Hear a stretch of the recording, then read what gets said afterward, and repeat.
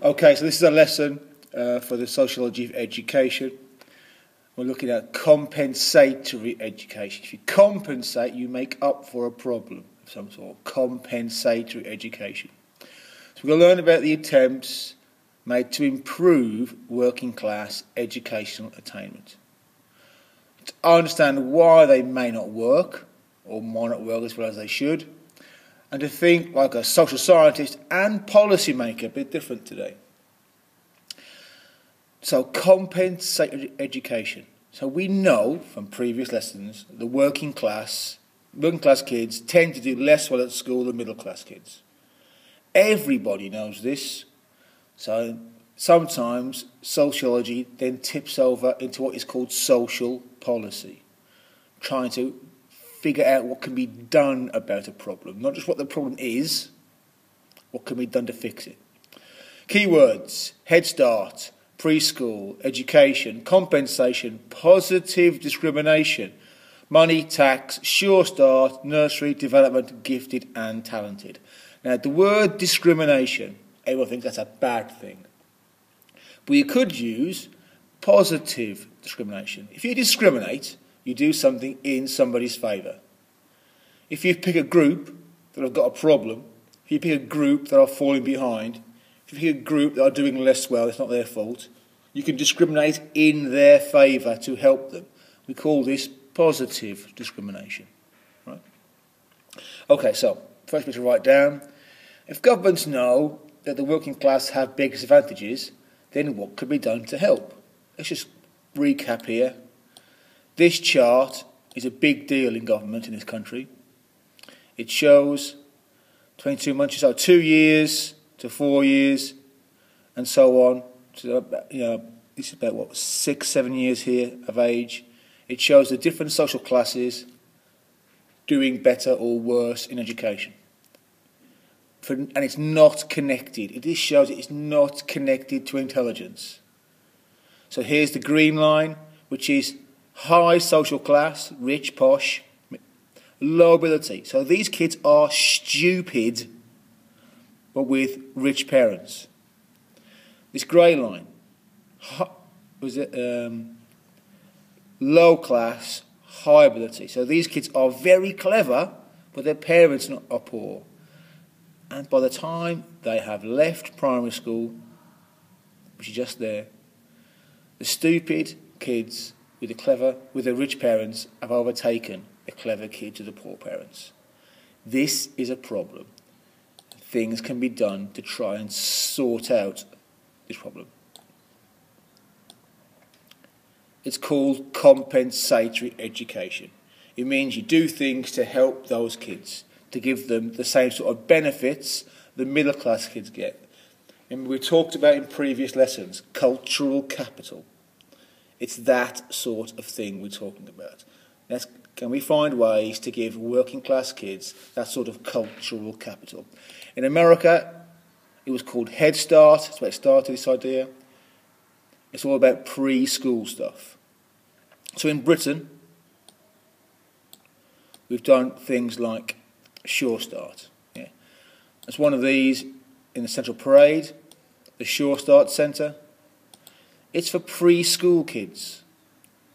The idea is, if you're a parent around here, you can take your kids to this place and they can play and they can do this sort of educational play we always talk about. This is giving them some cultural capital. But Sure Start is not just for the kids, it's for the parents. Parenting lessons. Yeah? So look at this picture. It seems a bit mad. This woman is teaching these people how to read to a doll. Of course, the point is to encourage these parents to read to their children. They're giving them middle-class parenting skills and hoping in the future these parents will give their child they have in the future some cultural capital. Yeah. At school, we have the gifted and talented programs. We run these school trips. People go to various universities. They go on these sort of things. We identify the kids. Basically, what's happening in these programs is that we've identified these kids, the kids who are very clever, but from a low social class. And we're trying to compensate for that by giving them all the extra things their parents would give them if they're middle class. Yeah. That's the Gifted and Talented programme. Still runs in some schools, including ours at the moment. Well, so if this is all true, what's the logical solution? It's extreme, but what's the logical solution? When you thought about that, and we talked about it in class, I hope you'll twig that we need to take all children off their parents when they're young and send them to a boarding school. And then make sure they all get the same sort of education. They all get this fantastic middle-class education. Not going to work, too expensive, not going to agree to it, but that would be the logical thing to do. Finally on this, what are the problems with compensatory education? Well, number one, it might not work. We just don't know. You might do all this and you might not be able to overcome the problems. You might even be looking at the wrong problems. It's difficult to say in social sciences. However, we do think it probably would work, but it is years before you can tell. If you set up a Sure Start Centre,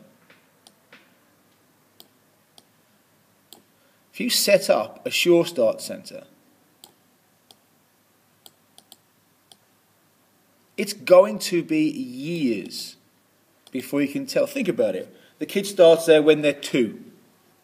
You won't know whether it's worked until they are 16 and past their GCSEs. At that point, you might say, oh, that's worked. That's a long time. That's 14 years. And which is linked to problem 3. When things take a long time, politicians get involved to stop it. Yeah? If you're a politician, you're elected for a few years. You want to try and do things that have an effect like that, or at least before the next election. A Sure Start Centre, any sort of compensatory education, takes years and years and years before you can tell whether it's worked or not. It's expensive. So some politicians go, no, well, that's not working, we'll cut that. Before they even know if it's worked or not, they're just saving money, and they're going to spend that money on something they think will work tomorrow.